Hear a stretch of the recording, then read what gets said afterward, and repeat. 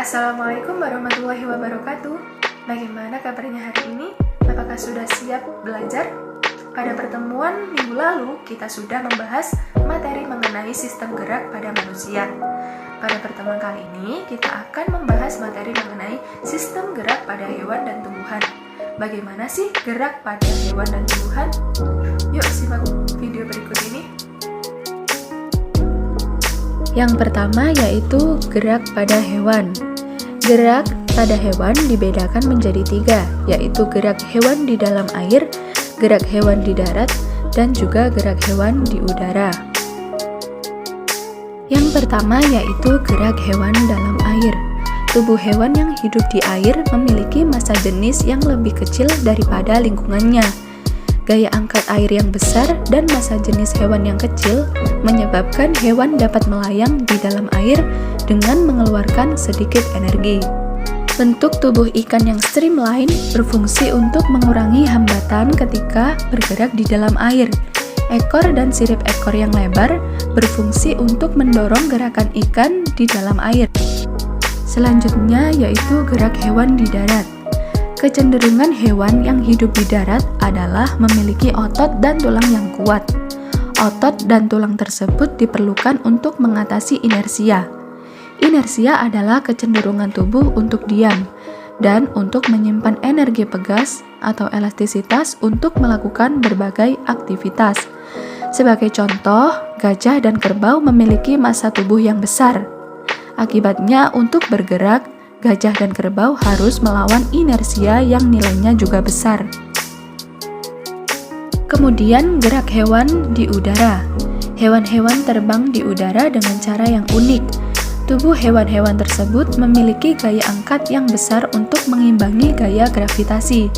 Salah satu upaya untuk memperbesar gaya angkat dengan menggunakan sayap. Sayap burung memiliki susunan kerangka yang ringan, tulang dada, dan otot yang kuat. Bentuk sayap airfoil membuat udara mengalir pada bagian atas sayap lebih cepat daripada bagian bawahnya. Saat sayap dikepakkan, udara mengalir ke bawah. Dorongan ke bawah tersebut akan menghasilkan gaya yang berlawanan arah sehingga burung akan terangkat ke atas. Selanjutnya yaitu gerak pada tumbuhan.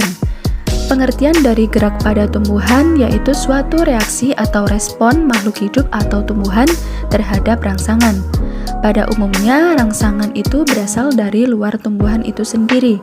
Hal ini terjadi karena tumbuhan tidak mempunyai alat gerak aktif.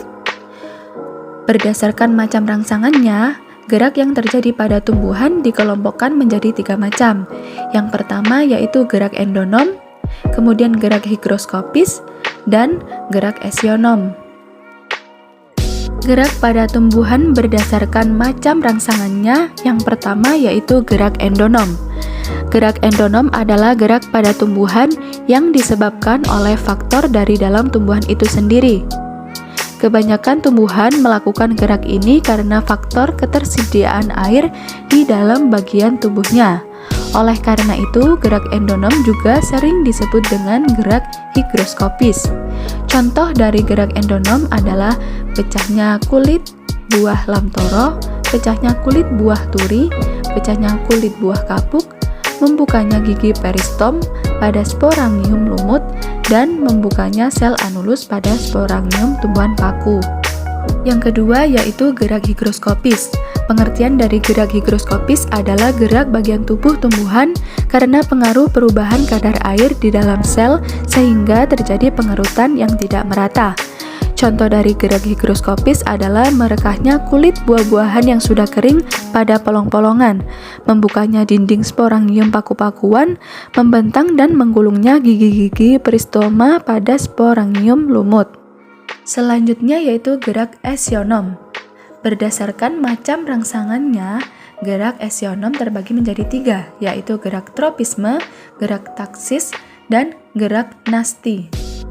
Gerak esionom yang pertama yaitu gerak tropisme.